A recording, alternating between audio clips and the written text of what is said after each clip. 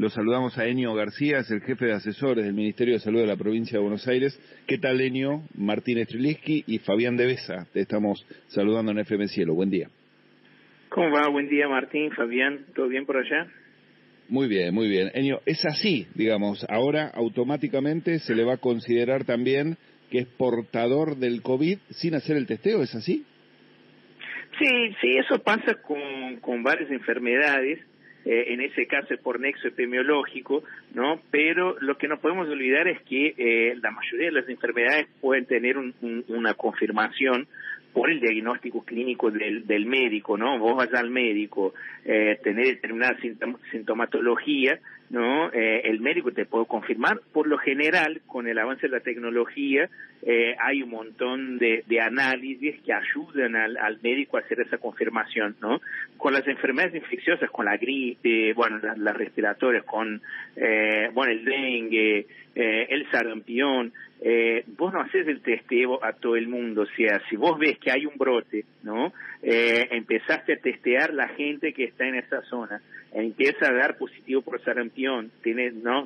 El chico llega al hospital, tiene las manchitas, qué sé yo, viene de una zona donde hay brote de sarampión. Vos no le pedís un test para todos esos chicos que llegan, ¿no? Vos confirmás. Y después está esa cuestión, la confirmación por nexo, ¿no? Bueno, está el chico, bueno, el hermanito está vacunado, no. Entonces esa es una cosa que pasa y siempre pasó en todos los brotes, todas las epidemias. Con el coronavirus demoró, entendemos, porque hubo también una presión muy grande, no entiendo de dónde vino una idea que se instaló de que el coronavirus, a la pandemia, el coronavirus se combate con test, ¿no? Eso no existe, no tiene sentido práctico, no tiene sentido epidemiológico. El test es para que uno pueda hacer la diferenciación, ¿no? Más en la enfermedad respiratoria, por ahí que tiene síntomas muy parecidos, digo, el coronavirus con la gripe por lo general, y más cuando no conocíamos tanto sobre el virus, circulaban otros virus en la región. Bueno, sí, estaría bien hacer el testeo como para ir separando, para ir viendo, bueno, de todos los casos que me llegan, cuántos son positivos, ¿no? Pero bueno, a partir de ahora, más, sí, decime. O sea que esto, digamos, en realidad se podría haber resuelto mucho antes y se demoró. Sí, yo creo que se podría ver epidemiológicamente hablando, ¿no? Como otras enfermedades, haber planteado el tema de la confirmación por nexo epidemiológico ya antes. Imagínate que hay lugares que vamos a testear y encontramos 5 o 6 de cada 10 personas que llegan para hacer el testeo tiene coronavirus. Si vos agarrás justamente el ejemplo que planteás, que es el que vamos a implementar a partir de ahora, un positivo, ¿no? Y un familiar, un conviviente, por ahí no un familiar, pero convive en la misma casa, en el mismo departamento, qué sé yo, empieza a tener síntomas compatibles de coronavirus, el 99% tiene coronavirus. Entonces no tiene sentido que la persona vaya a hacer un test, que eso ingresa a un laboratorio, la muestra, más allá de los costos, de recursos que se usa, la demora que termina generando. Hoy hacemos más de 9.000 test por día en la provincia. Los laboratorios ya están explotados, nunca hicieran tantos testeos en su vida. Lo que hacen por día, por ahí, para una enfermedad como el dengue, es lo que hacían en un año, a lo sumo, o sea, con mucha furia, un año con un brote importante de dengue, capaz que hacían eso. Hoy se está haciendo por día esa cantidad, ¿no? Entonces poder obviar ese paso y confirmar por nexo va a hacer también con que las muestras que sí son prioritarias de pacientes que están internados y necesitan un diagnóstico, o pacientes de riesgo, no, adultos mayores, personas con comorbilidades, que por ahí necesitan tener esa confirmación más rápida para saber qué conducta clínica tomar, va a ayudar. Sí, Fabi. Sí, ¿qué tal, Enio? Buen día. Esto va a impactar en lo que son las estadísticas que vemos todos los días, es decir, a partir de algún momento determinado, que podrá ser mañana o el lunes o algún día, en ese informe que viene todos los días, que ahora está en torno a 7.000 500 aproximadamente casos confirmados por día, van a aparecer también estos casos que es solamente por cercanía del contagiado, y entonces va a aumentar notoriamente el número de casos. No sé si va a aumentar, porque es como dije, cuando vos vas a hacer el test en un familiar que tiene, o un conviviente, ¿no? Que en realidad la expresión más correcta, un conviviente de una persona que está confirmada, porque esa persona, ese caso índice, todavía se sigue confirmando por laboratorio, ¿no?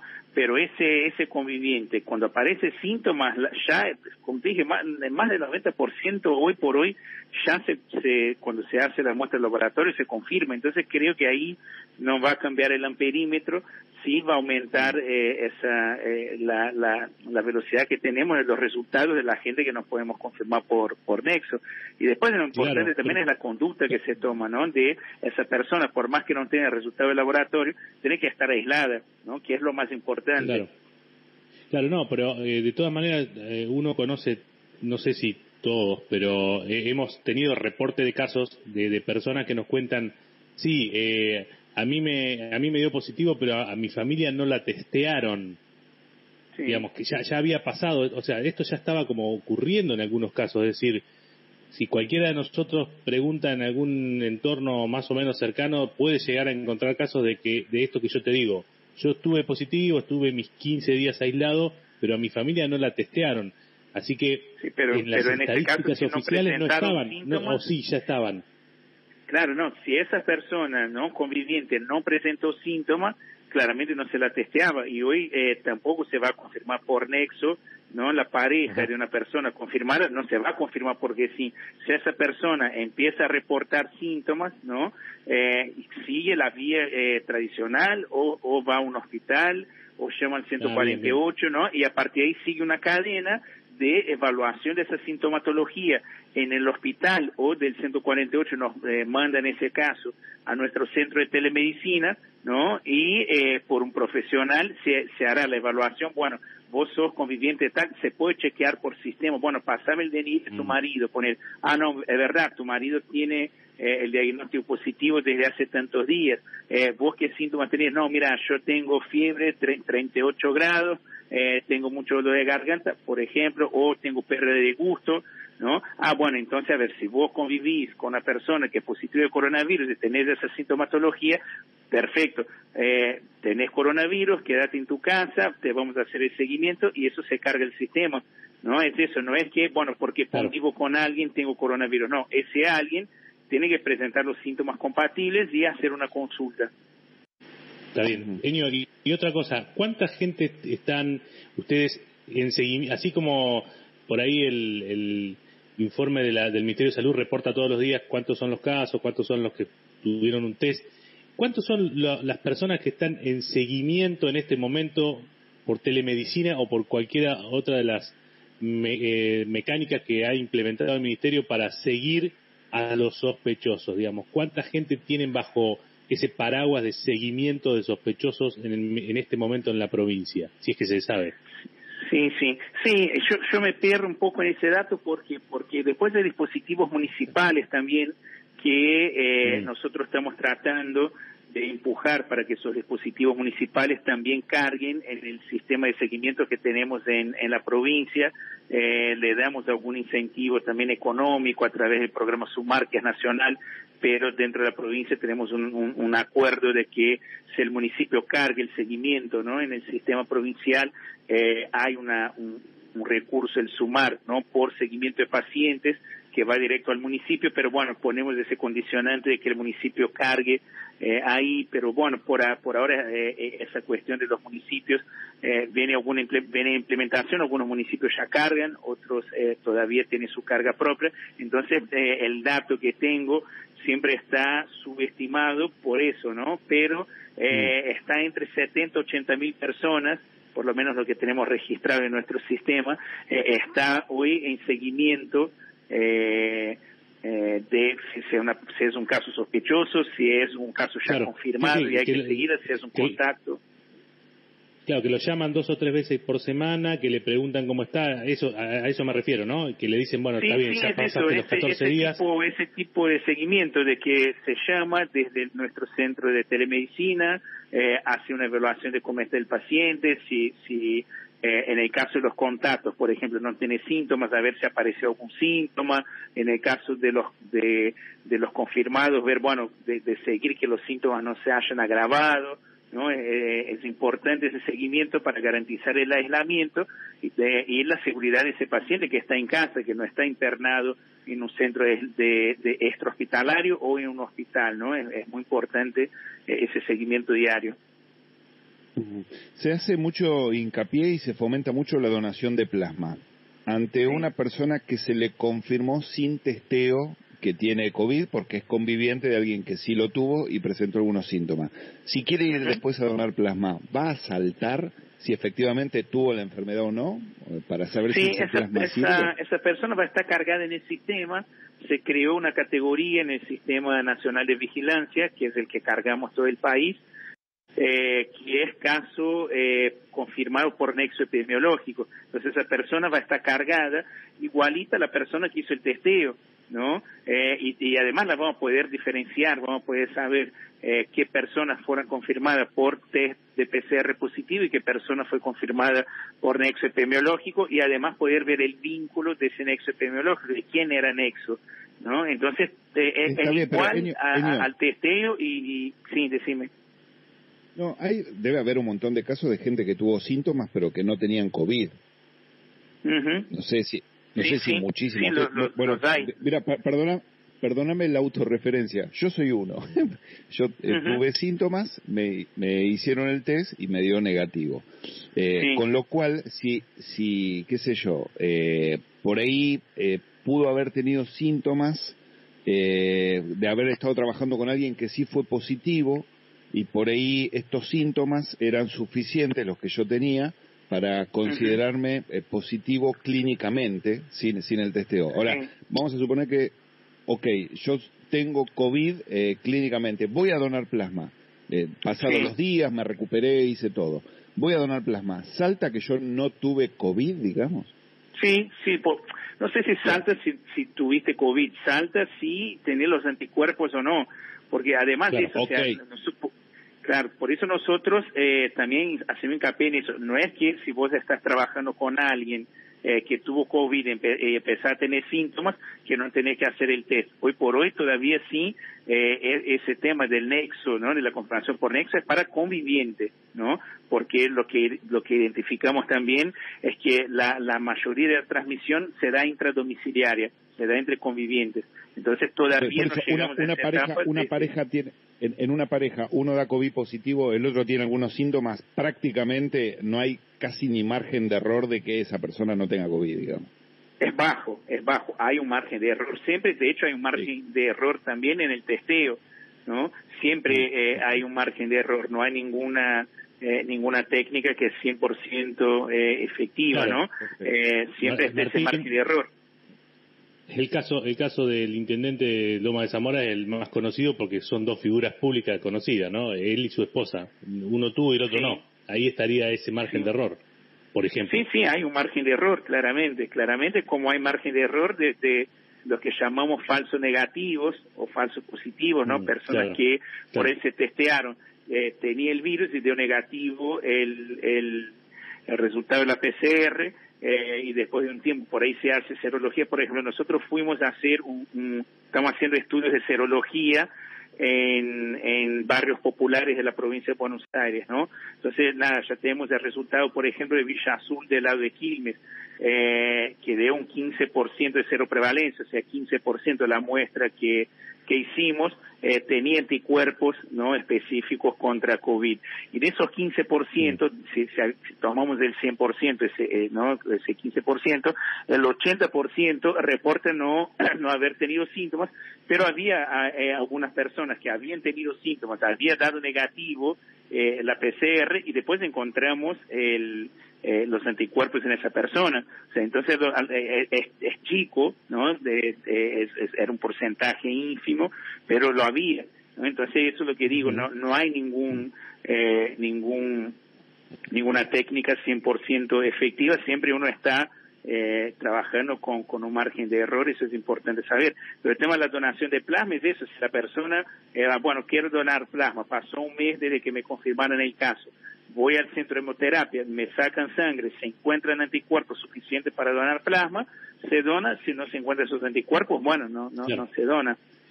Hoy es así también con el confirmado por laboratorio. ¿Qué cosas deberían pasar o no deberían pasar para que tengamos los bonaerenses un verano más o menos normal? Más o menos normal, es decir, que podamos ir a la costa, por ejemplo. ¿Qué cosas tendrían que pasar? Claro, lo que tendría que pasar es bajar la curva de casos, ¿no? Primero, porque todavía estamos subiendo, ese famoso pico que hablan, nunca llegó efectivamente en la zona del AMBA, tuvimos algunos picos, algunos aumentos de casos con alguna baja, después empezó a subir de vuelta, y ahora estamos en un momento donde estamos muy altos en términos de número de casos, y no vemos cuándo va a empezar a bajar. Entonces la primera cosa que tiene que pasar en la zona del AMBA es empezar a bajar el número de casos. Si eso se da, ¿no? Habría que ver la cuestión de cómo viene la costa también, ¿no? En términos de casos, hay que ver temas de protocolos para que se pueda tener ese veraneo manteniendo el distanciamiento social, ¿no? Viendo qué actividades se podrían habilitar o no. Es una situación compleja, por lo menos desde de salud por ahora. No estamos viendo algún protocolo en ese sentido por dos motivos. Uno, porque la curva todavía sube y no tenemos la proyección de cuándo va a bajar. Y otra porque la verdad es que estamos en el peor momento de la pandemia. Dentro del sector público estamos con 69% de ocupación de camas de terapia, entonces nuestra atención está puesta ahí en seguir sosteniendo el sistema de salud, ¿no? Y no estamos pensando todavía en el verano. Si el escenario cambia, claramente vamos a empezar a pensar con el Ministerio de Producción, de Turismo, de ver las posibilidades de ir haciendo una apertura hacia el verano. Yo sé que se le enojaron en algunos sectores a Baradel, dijo que no pueden volver las clases hasta que no haya vacuna. Digo, no habrá verano hasta que no haya vacuna, ¿es muy extremo pensar eso? Sí, porque, si uno piensa en verano, o sea, yo que lo conozco a Daniel y siempre hablamos, ¿no? Si vos me pensás, ¿cómo va a ser el verano, las vacaciones? Yo me pongo la ficha de vacaciones, de temporada de verano, que conozco, ¿no?, de lo que es pre-pandemia, y sí, no, ese verano no va a haber hasta que haya una vacuna.